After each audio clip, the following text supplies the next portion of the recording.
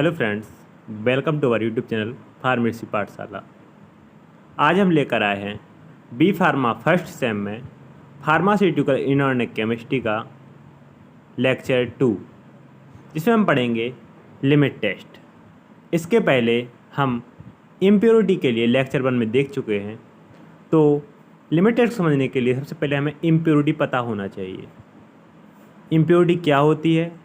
कोई भी ऐसा सब्सटेंस जो कि अनडिजायर्ड, इसके में नीड नहीं है, और वो यदि किसी केमिकल सब्सटेंस में या केमिकल सॉल्यूशन में प्रेजेंट है, तब उसको इम्प्योरिटी कहते हैं।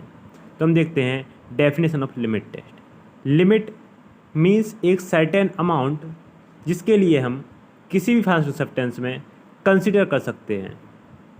टेस्ट मीन्स उसको चेक करना कि कितना अमाउंट उसमें प्रेजेंट है, अगर है तो हम उसको फिर बाद में कंट्रोल कैसे कर सकते हैं। तो हम देखते हैं सबसे पहले definition of limit test. Limit test is defined as quantitative और सेमी क्वांटिटेटिव टेस्ट, जिसे हम क्वांटिटी को चेक करते हैं। डिजाइन टू आइडेंटिफाई, जिसको डिजाइन किया गया है आइडेंटिफाई करने के लिए, और आइडेंटिफाई करने के बाद उसको कंट्रोल करने के लिए। And control small quantity of impurity which is likely to be present in the substance. Finally जो लिमिट टेस्ट है वो किसी भी फार्मास्यूटिकल सब्सटेंस या जो कंपाउंड हम बना रहे हैं उसमें कितने अमाउंट में इम्प्योरिटी प्रेजेंट है उसको आइडेंटिफाई करना। इसके बाद हम उसको कंट्रोल कर सकते हैं। लिमिट टेस्ट का इम्पोर्टेंस क्या है? अगर हम इसके इम्पोर्टेंस की बात करें तो कि हम कितना अमाउंट लिमिट इम्प्योरिटी का परमिट कर सकते हैं कि हाँ भाई, इतना अमाउंट अगर प्रेजेंट है तो हम इसको कंसिडर कर लेंगे, चलो भाई इतना तो चल जाएगा, ठीक है। और अगर किस लिमिट से ज़्यादा अगर कोई इम्प्योरिटी प्रेजेंट है तो हम उसको कंसिडर नहीं कर सकते हैं। और second point, to find out harmful amount of impurity, कि किसी भी सब्सटेंस का जो, जैसे हमने बात की इम्प्योरिटी की, तो इम्प्योरिटी उसमें प्रेजेंट है उसका कितना अमाउंट तक कंसीडर कर सकते हैं कि भाई ये हमारे लिए हार्मफुल नहीं होगा, और इस लिमिट से अगर एवोलेबल इम्प्योरिटी चली जाती है तब वह हार्मफुल होगी। इसमें पड़ेगा लिमिट टेस्ट ऑफ क्लोराइड। हमने लिमिट टेस्ट में पढ़ चुके हैं लिमिट टेस्ट है क्या, एवं लिमिट टेस्ट में करते क्या है ये भी थोड़ा देख लेते हैं एक नज़र। इसमें हम दो सॉल्यूशन बनाते हैं, एक टेस्ट सॉल्यूशन और एक स्टैंडर्ड सॉल्यूशन। इसमें हम क्या करते हैं, जो सॉल्यूशन स्टैंडर्ड सॉल्यूशन होता है उसका जो इम्प्योरिटी है या जो अमाउंट है जिसके लिए हमें मेजर करना है वो पहले से फार्माकोपिया में दिया होता है, मतलब स्टैंडर्ड है, एक स्टैंडर्ड मेंटेन किया गया फार्माकोपिया में, उसके अकॉर्डिंग हम स्टैंडर्ड सॉल्यूशन बनाते हैं। एक है टेस्ट सॉल्यूशन जिसको हमें चेक करना है। तुम क्या करते हैं, टेस्ट सॉल्यूशन और स्टैंडर्ड सॉल्यूशन को कंपैरिजन करते हैं कि टेस्ट सॉल्यूशन की जो इम्प्योरिटी है वो स्टैंडर्ड सॉल्यूशन से कम होनी चाहिए। वो कैसे शो होती है? जैसे अगर आयरन के लिमिट टेस्ट में बात करें तो वो कलर के बेस पे होती है, और क्लोराइड के लिमिट टेस्ट में बात करें तो यह ओप्लेसेंस या टर्बिडिटी के फॉर्म में मेजर होती है, कुछ प्रेसिपिटेंट के फॉर्म में भी होती हैं। तो हम देखते हैं limit test of chloride. This test is made और designed to determine allowable limit of chloride present in a sample. जो हमारा सैंपल है उसमें हम कितने अमाउंट तक जो हमारी इम्प्योरिटी है उतना कंसिडर कर सकते हैं। प्रिंसिपल क्या है इसका? Limit test of chloride is based on the reaction of sodium chloride with silver nitrate in the presence of dilute nitric acid to form silver chloride which appears as opalescence in the solution. इसमें क्या करते हैं, sodium chloride और silver nitrate की reaction कराते हैं dilute nitric acid की presence में, तब जो सिल्वर क्लोराइड फॉर्म होता है और सोडियम नाइट्रेट फॉर्म होता है। जब सिल्वर क्लोराइड है वो प्रेसिपिटेट के रूप में जाता है, जो कि सॉलिड पार्टिकल्स होते हैं।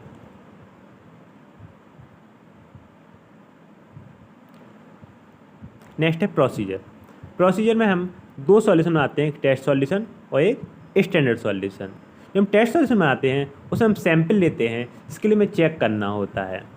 जो अननोन होता है, जिसके बारे में पता नहीं होता है कि इसमें कौन सी इम्प्योरिटी प्रेजेंट है।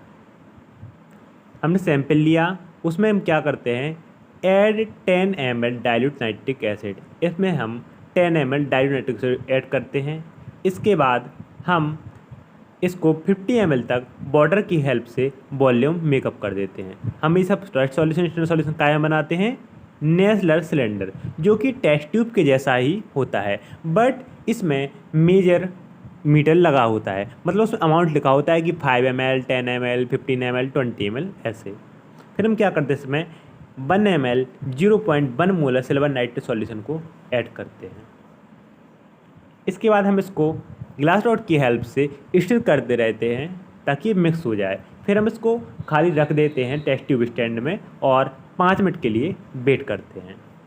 इसके बाद हम इसका ऑपलेसेंस या टर्बिडिटी को ऑब्जर्व करते हैं। हम प्रोसेस लगभग सेम ही होता है स्टैंड सॉल्यूशन में भी।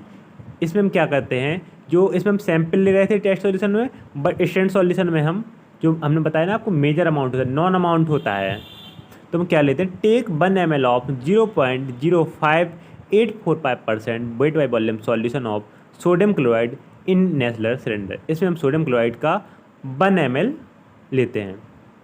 फिर हम इसमें क्या करते हैं, 10 ml dilute nitric acid add करते हैं। इसके बाद हम वाटर की हेल्प से 50 ml तक वॉल्यूम मेकअप कर देते हैं और फिर 1 ml 0.1 molar silver nitrate solution add करते हैं। इसके बाद हम उसको ग्लास रॉड की हेल्प से घुमाते रहते हैं, स्टिर करते रहते हैं। फिर हम इसको टेस्ट ट्यूब स्टैंड में रख देते हैं। फिर हम 5 मिनट तक वेट करते हैं। इसके बाद हम ऑब्जर्व करते हैं ऑपरेशन से टर्बिडिटी को।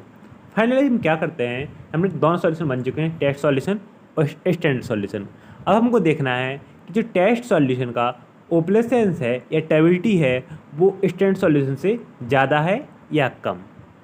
यदि टेस्ट सॉल्यूशन की जो ओपलेसेंस है, टर्बिडिटी है, वो स्टैंडर्ड सॉल्यूशन से ज़्यादा है, तब हमारा सैंपल लिमिट टेस्ट पास नहीं होगा।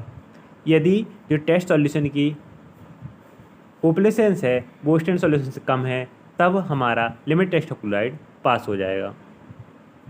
Conclusion, in the last it is concluded that opalescence which is produced in sample solution should not be greater than standard solution। हमने यहाँ पे यही पढ़ा है ना कि स्टैंडर्ड सॉल्यूशन कंपैरिजन में जो सैम्पल सॉल्यूशन है उसकी ओपलेसेंस ज़्यादा नहीं होनी चाहिए। If opalescence produced in sample solution is less than standard solution, then sample will pass limit test of chloride and vice versa। और यदि जो ओपलेसेंस है वो सैम्पल सॉल्यूशन का स्टैंडर्ड सॉल्यूशन से कम है, तब हमारा सैंपल लिमिट टेस्ट क्लोराइड को पास कर देगा, और यदि ऐसा नहीं है तो नहीं करेगा। इसके बाद नेक्स्ट है अपना मॉडिफाइड क्लोराइड लिमिट टेस्ट। बस इसको जैसे कि आपको टर्म से ही समझ में आ रहा है, मॉडिफाइड मतलब उसमें changing, limit test of chloride में थोड़ी सी चेंजिंग की गई है। सिर्फ हमने इसमें क्या किया है, थोड़ा सा चेंजिंग किया गया है, प्रोसीजर सब कुछ सब सेम है, बट हम सोडियम क्लोराइड की जगह सिर्फ हाइड्रोक्लोरिक एसिड को यूज करने लगे हैं।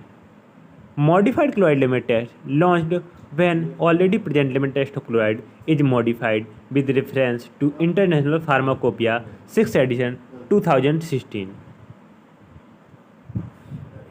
In limit test of chloride, sodium chloride was used to prepare standard solution, but it was replaced by hydrochloric in modified limit test of chloride। हमने बताया आपको सोडियम क्लोराइड की जगह बस हाइड्रोक्लोरिक एसिड को रिप्लेस कर दिया गया था। ये आपका मॉडिफाइड क्लोराइड लिमिट टेस्ट है। Thank you.